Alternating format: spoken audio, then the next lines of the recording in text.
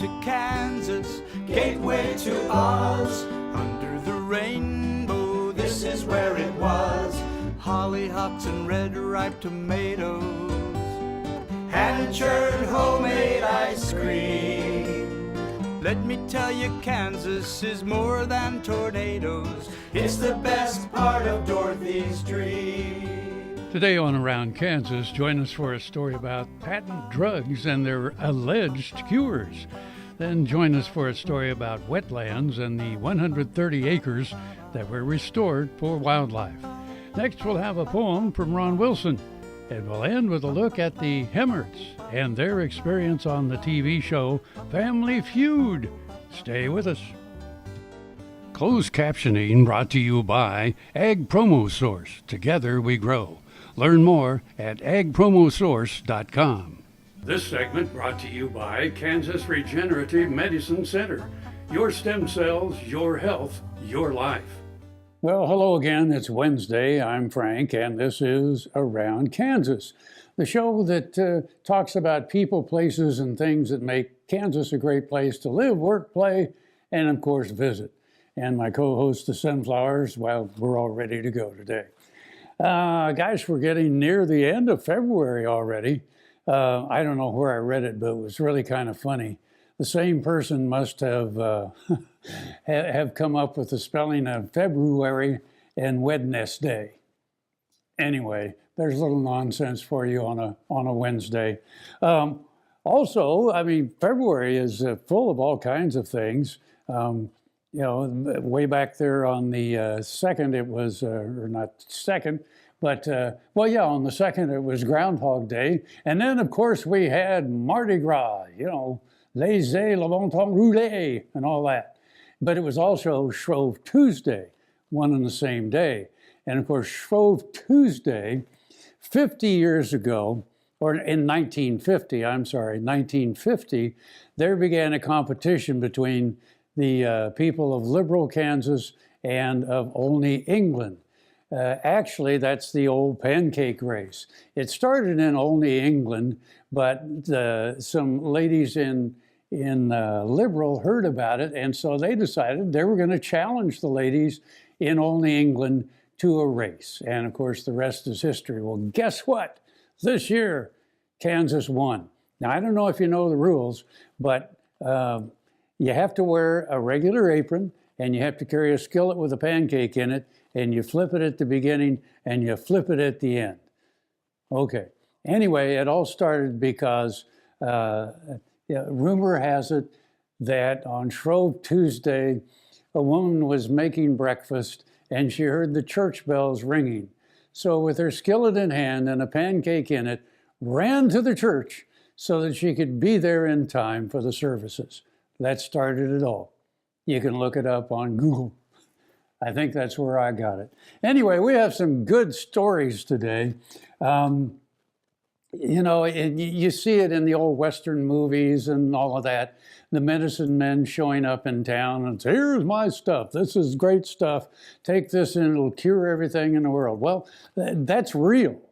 And of course, in Kansas, there were a lot of them that showed up in a lot of the towns. It was really kind of an entertainment. Of course, the stuff they were selling, if it didn't kill you, it probably didn't do anything except maybe get you drunk, because most of them, I think, were based in alcohol. But anyway, we have a story about that, the patent medicine story that Deb will have for us.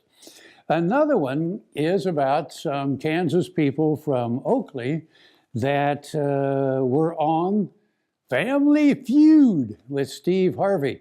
And anyway, you might have seen the show. It was actually on the 16th. But nevertheless, you'll have a story about how they got selected, and then we'll find out if they won or whatever. And then finally, we've got a story about an interesting partnership in Republic County that will be another 130 acres of wetlands in the state of Kansas.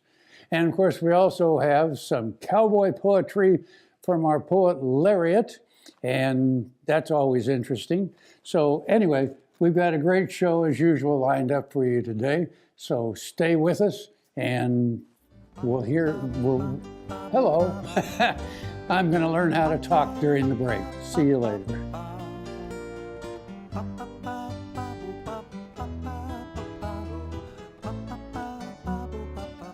Buffalo Bill Cody earned his legendary title in Oakley. Bring the family and come celebrate Oakley's pioneering history and unique geography at two sites, the Buffalo Bill Cultural Center and the Fick Fossil Museum. Cody's statue marks his achievements and welcomes visitors to the Cultural Center. The Fick Fossil Museum houses world-class fossils and artifacts. You'll find Oakley at the hub of U.S. Highways 83 and 40 and I-70. Stop for the legend. Stay for the day. Discover Oakley.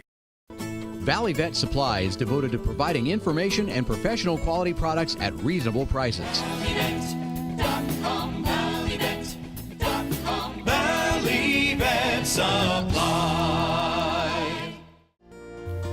This segment brought to you by Kansas Regenerative Medicine Center. Your stem cells, your health, your life. I'm standing in front of the Post-Sutler store at Fort Wallace, at least the recreation of the Post-Sutler store from Fort Wallace here in the museum, to talk about the patent medicines. And all these bottles were found at the fort site, and we had dozens, if not hundreds, of those bottles. And Ross Roberts came up and helped me sort through those. And I had mistakenly put all the medicines into the hospital exhibit. He said, "That's not right." He said, "These are patent medicines. They would have been in the store, like over-the-counter drugs today." Well, I was just shocked by the number of patent medicines, a lot of them made in Kansas, and I think you'll find this story pretty interesting too. We've all watched those television shows or movies depicting the 19th century hucksters traveling from town to town selling cure-alls. There's a lot of truth in those depictions. Over-the-counter drugs, or patent medicines as they were called, were numerous and regulation was lax. Let's turn to the Kansas State Historical Society for the facts on the Sunflower State purveyors of tonics and pills. Many were small-time, such as Dr. C.L. Stocks of Bushong with his one-day cold cure, and A.E. Crom of Emporia with his New Blood and True Dutch cough and cold cure. New Blood was specially compounded to cure everything from liver complaints to impure blood. One Emporian testified that after a few doses she was able to rise from her sick bed of 11 years and lead a normal life. Others manufactured and sold door-to-door on a large scale. One was A.B. Seeley of Abilene, and another was William Wellington Gavitt of Topeka. In 1867, W.W. Gavitt came to Topeka and organized a real estate and coal business. He would become one of Topeka's wealthiest citizens. Gavitt's major product was Our Native Herbs, a combination of 21 roots and herbs, including sassafras and rhubarb. It was guaranteed to cure dozens of seemingly unrelated ailments. By 1895, there were more than 5,000 users in Topeka alone. Testimonials were printed from such people as a Topeka health officer, a fire department chief, judges, and the whole police department, politician Arthur Capper, and middleweight boxing champ Bob Fitzsimmons, as well as most of the Ringling Brothers Circus. The company eventually marketed more than 200 different types of spices, soaps, toilet articles, perfumes, baking products, and even a parlor game, Stock Market, which is currently marketed by a major firm as Pitt. His youngest son sold the business in 1967. Gavitt was successful, but not nearly as colorful as Leavenworth's George B. Diamond Dick McClellan, who was part Wild West, part medicine man, and all reckless adventurer. He imitated the appearance and showmanship of his friend Buffalo Bill Cody and advertised himself a doctor, though no record of his attending medical school was discovered. Instead, he learned methods and treatments from the Indians, he said, and for a price he shared them. He had flush times and down times. When business was good, he purchased a palatial railroad car and his own orchestra. Scrolling through the TV channels and the endless drug advertisements from big drug companies today, I'm not sure things have changed that drastically. Earlier in my life, I rode bucking horses in rodeos, and my shoulders took such a beating, and that was probably the reason for having several previous surgeries on both shoulders. About a year ago, I decided that I didn't want to have another surgery. And so I contacted Kansas Regenerative Medicine, took their treatment process. It was relatively pain-free. Now, after 8 months, my shoulders have healed to the point where I think I'm probably 90 to 95% of normal. It takes a couple of months to start to see results and feel real progress. That continued to increase gradually until now at approximately 8 months.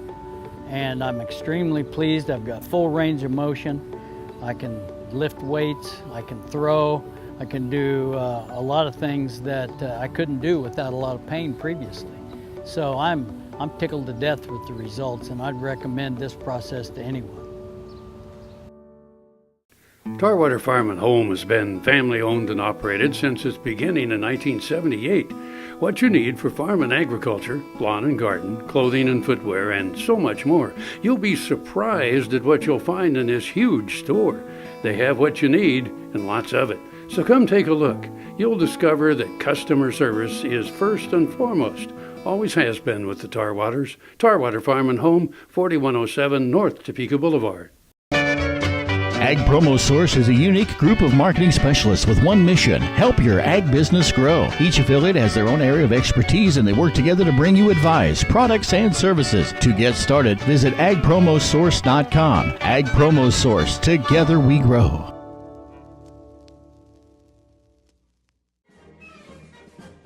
Fort Wallace was the fightingest fort in the West.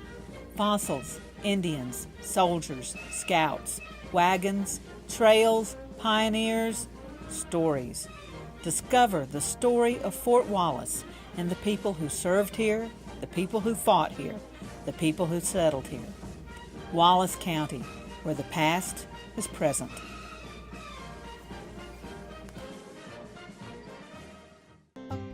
This segment brought to you by Kansas Soybean Commission. Progress powered by Kansas farmers. An interesting partnership in Republic County, when completed, will result in over 130 acres of restored wetlands and improved habitat for wildlife. The total construction project covers 320 acres of a whopping 850-acre wetland easement, according to NRCS spokesman Emery Weens. It began with a gift of land from the Borchardt and Trost families to Ducks Unlimited, who then deeded the land to the Kansas Department of Wildlife, Parks, and Tourism. The Department of Wildlife and Parks then turned to the U.S. Department of Agriculture's Natural Resources Conservation Service for the wetland restoration piece of this project. Emery described the technology involved in the multi-agency effort, combining not only talent but some pretty amazing tools. LIDAR, a 3D aerial laser scanning technology, mapped the ground. Because the laser shines on the ground using invisible infrared light, the ground detail can be in inches rather than several feet when regular radar is used. And because the laser light is infrared and with data processing filtering, subtle ground variations can be seen through vegetation with water and water flows easily detected. After field checking the LIDAR topographic map, NRCS engineers created a design in AutoCAD, which is a common design program used by architects and engineers. The bulldozer is fully automated by GPS. So, by downloading the design file into the bulldozer system, the dozer uses GPS and the digital design to automatically trace the routes. The easement is already enrolled in walk-in hunting. There are a lot of reasons to create or reclaim wetlands: to prevent pollutants leaving a swampy field, to enhance an existing wetland, or just doing something positive with the swampy area that is difficult to farm. Emery encourages folks who are interested in constructing a wetland to call the local NRCS field office and set up a visit. This segment brought to you by the Western Kansas Wildlife Travel Center in Oakley. Welcome to Western Kansas Wildlife Travel Center. right here in Oakley, Kansas on I-70 at exit 76. I-70, after all, is America's main street, and we're right here on Main Street for you. Now that I'm an Oakley resident, I still come in almost every day, and I sit and listen to the conversations of the people around me. You know, the guys who are talking about the big elk they just bagged, or the folks who are taking their kid to college for the first time. People just traveling up and down the highway. Real people, just like you and me. And they find just what I find here, real people to serve them. There's history, there's scenery. We hope you'll stop and see us soon. Welcome to Oakley. Hi, I'm Randy. And I'm Paul from PFI. We would like to personally invite you to stop by PFI, home of Boot Daddies. PFI is America's Western store, covering over 50,000 square feet. Over 25,000 boots. Visit Saddle City with the largest selection of saddles and tack anywhere. A huge selection of hats at Big Spur Hat Company in PFI Town. And choose from the best brands of clothing and accessories for the entire family. PFI, located on Highway 65 at the Battlefield exit in Springfield. And I'm not kidding. As fourth-generation farmers themselves, Heinen Brothers Ag Service understands the risk and rewards of farming. So when it comes to quality aerial and ground application, fertilizer, ag chemicals, and anhydrous ammonia, call Heinen Brothers Ag today, 800-760-4964. This Medford, New Jersey school bus runs on biodiesel, and so do these. In fact, all of these buses run on clean-burning biodiesel, which is great because the more we use biodiesel in our heavy-duty vehicles, the less carbon pollution in our air. Think how great it would be if more of our school buses ran on biodiesel. More biodiesel, less carbon pollution. More is less. Biodiesel, America's advanced biofuel. This segment brought to you by Kansas Grain Sorghum, growers working together. Find out more at ksgrainsorghum.org. So many families take these big family trips where the kids all pile into the car, mom and dad drive, and they get out of the driveway before the kids say, "Are we there yet?" Well, there's also the issue of coming home to the ranch. This poem I wrote, based on a true story, it's titled, "My Vocation Affects My Vacation," or The Trip. We were all driving home from a nice family trip, dog-tired but happy, with smiles on our lips. We'd been driving for hours on the big highway, and we thankfully turned onto the ranch driveway. We were all looking forward to the end of the ride, when suddenly there were signs of concern that I spied. It's not what I wanted for my welcome back, because alongside the road I could see some cow tracks, and by the road was manure as I looked about, and I knew what it meant. The cows had got out. What a lousy welcome home to receive. While I was trying to get home, the cows were trying to leave. Instead of relaxing to unpack and unwind, we had all the cows to hurry and find. The horses were still in the corral at least, so we saddled up quickly to track down the beasts. It was easy to follow the tracks on their way to the neighbor's where they'd got into his hay. They'd tromped through his garden, got into his shed, and ate the alfalfa stored there to be fed. So we rounded them up and drove them back home and into a pen where they'd no longer roam. Then we rode around the perimeter fence till we found the spot where those maverick cows went. A tree had blown down on the wire while we're gone and let the cows loose so that they could go on. So we gathered our tools and got the fence mended and went home thankful this long day had ended. I complained to my wife about this turn of events, from vacation to having to chase cows and fix fence. I said, "It's unfair the cows caused this extra work to do." She just smiled and said, "I guess the cows wanted a trip too." Happy trails. Welcome to our Bar B, 8,000 plus square feet Western store with something for everyone in the family. We have boots, belts, hats, jeans, anything you could want to outfit you and your horse. Come visit our line of saddles. We have 400 plus new and used saddles in stock. We offer tack, grooming supplies, headstalls, breast collars, you name it, we've got it for you and your horse. That's our Bar B, 1 mile east of Highway 4 on Northeast 39th. Our Bar B, where Western is a way of life. BootDaddy.com proudly supports EquiFest of Kansas, Kansas's premier all-breed horse fair and exposition, presented by the Kansas Horse Council. EquiFest of Kansas brings the nation's leading equine clinicians and entertainers to the Topeka Expo Center. Enjoy 3 full days of education, entertainment, and shopping, including the Jumper Classic, breed exhibition, top horse versatility competition, ranch rodeo, and more. It's an event for the whole family. For more information or to buy tickets, visit equifestofks.com. Welcome to the Jerry Thomas Gallery and Collection, where we showcase my renowned frontier military and Native American artifacts.